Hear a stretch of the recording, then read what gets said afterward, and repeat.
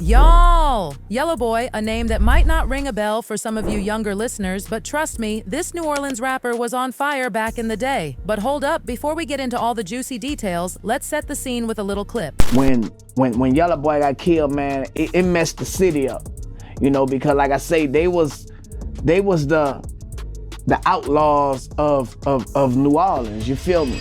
All right, now that we've got your attention, let's break this down. So, who was Yella Boy? Born Albert Thomas in 1975, this dude grew up in the mean streets of New Orleans. And let me tell you, those streets were meaner than my mom when I forget to do the dishes. From day one, Yella Boy was surrounded by the city's rich music scene, and it left its mark on him like a bad spray tan. In the early 90s, Yella Boy decided to shoot his shot at rap fame. He teamed up with two other rappers to form UNLV. Now, before you start thinking about casinos and Elvis impersonators, let me break it down for you. UNLV stands for Uptown Ninjas Living Violent. I know it sounds like a group my little brother would come up with, but trust me, these guys were the real deal. The other members of UNLV were Lil Yah, real name Yafet Jones, and Reginald Manuel, aka Tech 9. Together, these three brought the raw, unfiltered street life to their music. It was like they took the bouncy beats of New Orleans, mixed it with hardcore gangsta rap lyrics, and created a sound that was hotter than Louisiana hot sauce. Now here's where things get interesting. UNLV caught the eye of two brothers who were just starting to make waves in the music biz. I'm talking about Brian Birdman Williams and his brother Ronald Slim Williams. These guys had just started Cash Money Records, and they saw something special in UNLV. It's like when I spot a sale at Sephora, you just know it's gonna be good. Birdman and Slim signed UNLV as one of their first acts. This was huge, y'all. It put Cash Money on the map and kicked off their journey to the top of the Southern rap game. It's like UNLV was the match that lit the Cash Money bonfire. UNLV dropped their first album, Sixth and Baronne, in 1993. It was named after a famous corner in New Orleans, keeping it real to their roots. The album blew up locally, turning heads all over the city. It didn't make it big outside of New Orleans, but in the city it was hotter than a crawfish boil in July. Over the next few years, UNLV kept the hits coming. They dropped Straight Out the Gutter in '94 and Mac Melf Callio in '95. These albums stuck to what made UNLV great, hard-hitting lyrics about street life, all set to those bouncy New Orleans beats that got everyone moving like they had ants in their pants. In UNLV, Yella Boy was the standout star. This dude had a way with words that would make Shakespeare jealous. He could spit rhymes that would make your head spin faster than a fidget spinner, and he had this energy on the mic that was straight fire. Fans couldn't get enough of him. Picture this, Yella Boy rolling up in his red trooper, mouth full of gold, ready to lay down some tracks. That was the image of a star in the making, and everyone in New Orleans knew it. His aggressive style and the way he could paint a picture with his words made him a force to be reckoned with in the rap game. It's like he had a superpower, but instead of flying or turning invisible, his power was dropping sick beats and killer rhymes. Now you'd think with all this success, everything would be smooth sailing, right? Wrong. As UNLV got bigger, problems started brewing behind the scenes. And let me tell you, these weren't just little disagreements. We're talking serious beef, juicier than a well-done steak. The main issue? Money, of course. It's always about the Benjamins, baby. Yella Boy and the rest of UNLV started feeling like they weren't getting their fair share of the cash their music was bringing in. They were blowing up, but their bank accounts weren't showing it. This led to some heated arguments with Birdman and the Cash Money crew. It's like when you and your siblings fight over the last slice of pizza, but with way more zeros involved. But it wasn't just about the money. As Cash Money started signing more acts like the Hot Boys, UNLV felt like they were being pushed aside. They'd helped build Cash Money from the ground up, and now they were watching new artists get all the attention. You can bet that didn't sit well with Yella Boy and his crew. It's like when your parents bring home a new baby and suddenly you're not the favorite anymore. Let's take a little break and check out this next clip. Damn, man. And Yella Boy, to be honest, like he was the fans' favorite. You know, his melodies, how he delivered, his charisma, like everything about his swag, you know what I'm saying? You know, with the mouth full of goals, he pulling up in the red trooper, you know what I'm saying? Like, it just was, it messed the city up, man. You know what I'm saying? Now here's where things start to get real juicy, like a ripe peach on a hot summer day. Rumors started flying about a crazy fight between Yella Boy and Birdman. Word on the street was that Yella Boy straight up pistol whipped Birdman during an argument about money. Can you imagine? That's some serious stuff right there. But it didn't stop there. People were saying Yella Boy took it even further and shot up Birdman's truck. Now, we can't say for sure if all this really went down, but these stories were everywhere in New Orleans. True or not, they sure as hell made things tenser than a rubber band about to snap between UNLV and Cash Money. Check out this next clip for more details. We actually asked, once they got the deal, we asked Baby and Slim for, X amount of money, you know what I'm saying? Once they got the deal, they were like, nah, we can't give y'all that right now, dog, you know what I'm saying? And we actually wanted to start our own label, and it was like, nah, we can't give y'all that. And we were like, all right, we want out then, you know what I mean? And I mean, they didn't try to hold us up or nothing like that, they didn't try to keep us locked in or nothing. They just, respected our mind and let us go, you know what I mean? Well, there was a rumor that there were some unpaid royalties around that time. Yeah, we didn't find out that until like once we had got off the contract. That's when, we went to discovering like, damn, everything we done had this and, had that, and ain't nothing was in our name. So that's when the attorneys came and play and that. While all this drama was going down with Birdman, there was also beef brewing between UNLV and the new kids on the block, the Hot Boys. The Hot Boys were Cash Money's new golden boys, and UNLV wasn't feeling it. It's like when your mom gets a new favorite recipe and suddenly stops making your childhood favorite. It hurts, y'all. There's this wild story about Yella Boy showing up at Turk's high school looking for him. Turk, who later became part of the Hot Boys, was so scared of Yella Boy's reputation that he hid in the hallway until Yella left. That's how intense things had gotten. Young rappers were literally hiding from Yella Boy like he was the boogeyman or something. Let's check out another clip. We hide, we blowing up, we want a nationwide deal. We tired of this local stuff. And Baby like, man, you gotta be patient. See, Baby looking at it, Baby had money from the streets. So he good. Yellow, coming from the hood selling crack. So it's like, man, listen, we got some hot song, it's time to get us a big deal. So they arguing about that, and they had to fight. And Slim tried to step in to break him up, and Tech Nine, he's home now, stole off on Slim. I was so hot about that, I was so mad about that. I wasn't looking for Tech Nine that day. Me and Tech cool now that we talk. I interviewed him and everything since he's been home, but I was very up, because my thing, you don't put your hand on Slim. Birdman, y'all is whatever, y'all, he can handle his own self. But Slim, you crossed even violent.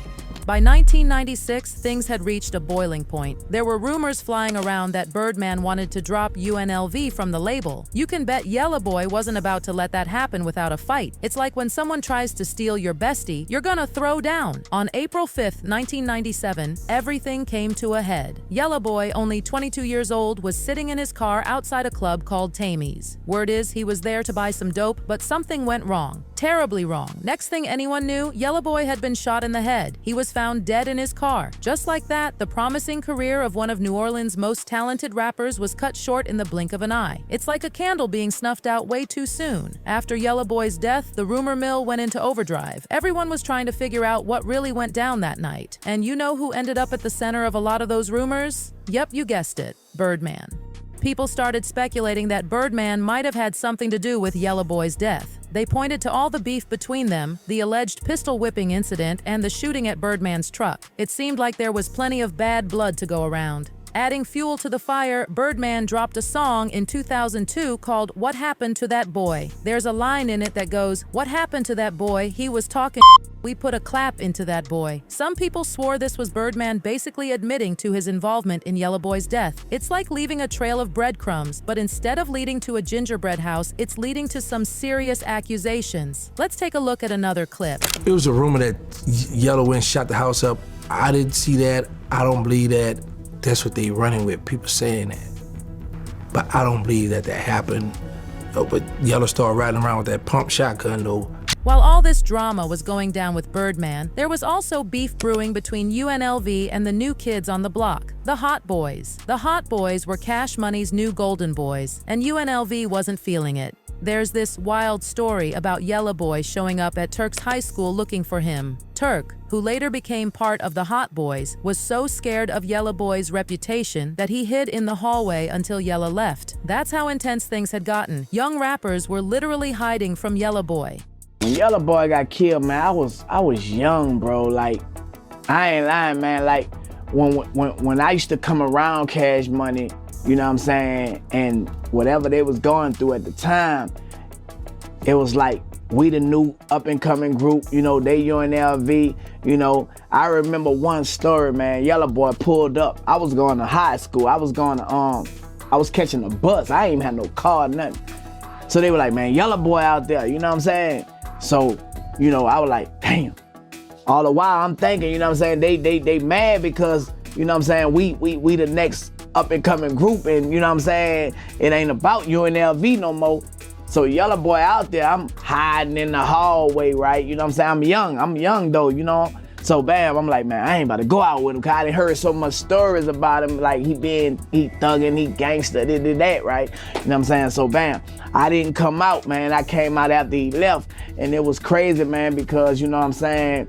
Like just being a fan of them to becoming like, I don't know if they thought that we was trying to take their shine or whatever, you know what I'm saying? It could have been that, I don't know, but it never was our intentions to be the next UNLV, man, because we all looked up to UNLV. By 1996, things had reached a boiling point. There were rumors flying around that Birdman wanted to drop UNLV from the label. You can bet Yella Boy wasn't about to let that happen without a fight. On April 5th, 1997, everything came to a head. Yella Boy, only 22 years old, was sitting in his car outside a club called Tammy's. Word is he was there to buy some dope, but something went wrong. Terribly wrong. Next thing anyone knew, Yella Boy had been shot in the head. He was found dead in his car. Just like that, the promising career of one of New Orleans' most talented rappers was cut short in the blink of an eye. After Yella Boy's death, the rumor mill went into overdrive. Everyone was trying to figure out what really went down that night. And you know who ended up at the center of a lot of those rumors? Yep, you guessed it.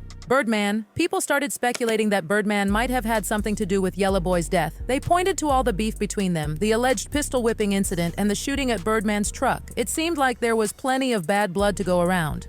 Adding fuel to the fire, Birdman dropped a song in 2002 called What Happened to That Boy. There's a line in it that goes, "What happened to that boy? He was talking we put a clap into that boy." Some people swore this was Birdman basically admitting to his involvement in Yella Boy's death. Well, there was a rumor that Birdman's song, What Happened to That Boy, was a reference to Yella Boy's murder. Do you believe that? I can't believe that shit. I can't believe that. Did you talk to Birdman after all that happened? Yeah, I talked to Birdman a few times after that happened. A few times. I mean, we didn't talk about any business once we told him, you know, that we wanted off the label. That was before Yella even passed. But, you know, afterwards, we talked about that situation, and he was like, man, you know what, ask me more than I could ask him, you know what I'm saying? Seemed puzzled. But hold up, we can't just go accusing people without proof. Birdman has always denied having anything to do with Yella Boy's death. Now, here's another twist in the story. Some people started pointing fingers at Terrence Gangsta Williams, Birdman's half-brother. Gangsta Williams was known for being involved in some serious street stuff, which made some folks think he might have had something to do with Yella Boy's death. But Gangsta Williams wasn't having any of it. He denied being involved and even suggested that people should be looking at Yella Boy's own crew for answers. He pointed out that a lot of Yella Boy's old associates were either dead or in jail, making it hard to get to the truth. Yella Boy gets killed, and you get blamed for it. But you had nothing to do with it. Well, the feds cleared me from that because they had to do their investigation. So it happened, Birdman, Slim, Lil Wayne, Juvenile, BG Turk, all those was out Lafayette at a concert. And it was at them little motel, looked like a little house. We was there. Tech 9 drove out there to tell us that Yella had got killed.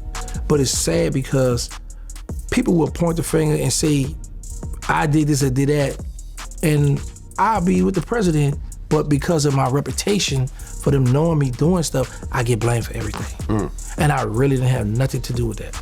At the end of the day, Yella Boy's death remains a mystery. The cops never solved the case, and with all the rumors and speculation flying around, it's hard to know what really went down that night in April 1997. What we do know is that the New Orleans rap scene lost one of its brightest stars way too soon. Yella Boy was only 22 when he died, with his whole career ahead of him. Who knows what kind of impact he could have made if he'd lived? Even though Yella Boy's gone, his music lives on. Fans still bump UNLV's tracks, remembering the raw talent and energy Yella Boy brought to every verse. His grave in New Orleans has become a place where fans go to pay their respects and remember the impact he made in his short time on the scene. Now, let's take a moment to check out what some of y'all are saying in the comments, because this story's got people talking for real. One fan hit us with some real talk. Sad how this street culture life has took so many souls. Ain't that the truth? It's a harsh reminder of how dangerous things can get when the streets and the music game collide. Another viewer got us thinking about what could have been if everyone got along. Just imagine how much talent and success we could have. For real, imagine if all these talented artists were lifting each other up instead of beefing. The New Orleans scene could have been even more fire. But check this out. One commenter cut straight to the heart of the matter. Jealousy. A real conversation, but nobody has time for that. God bless his soul. Seems like they think jealousy played a big part in all this drama, and they're right. We need to have these tough conversations. In the end, Yella Boy's story is a tragic reminder of how real the streets can get, even when you're on the verge of making it big. It's a cautionary tale about the dangers that can come with success in the rap game, especially when you're keeping it as real as Yella Boy did. So there you have it, besties. The story of Yella Boy, his rise to fame, and his tragic fall. It's a wild ride from start to finish, full of talent, beef, and unanswered questions. It makes you wonder how many other talented artists we've lost too soon because of street violence and industry beef. But let's not forget the impact Yella Boy made in his short time on the scene. He helped put New Orleans rap on the map, paving the way for the artists who came after him. His raw, unfiltered style influenced a generation of rappers, and his music continues to resonate with fans today. It's also a reminder of how important it is to support and uplift each other in the music industry. Imagine if all that energy spent on beef had been channeled into creating more music instead. The New Orleans rap scene could have been even more legendary than it already is. So what do you think about all this, fam? Do you believe the rumors about Birdman's involvement, or do you think there's more to the story that we don't know? Was it all just street beef gone too far, or was there something deeper going on behind the scenes? Drop your thoughts in the comments below, and let's keep this conversation going. And don't forget to smash that like button and hit subscribe if you want more stories like this one. We've got plenty more hip-hop history to dive into. Remember, it's important to celebrate the artists we love while they're still here. Support your favorite rappers, buy their music, go to their shows. Let's create a culture where talent is nurtured and protected, not cut short by violence and industry drama. Until next time, this is Hot Gossip, keeping it real and spilling all the tea. Stay safe out there and keep the music playing. Goodbye!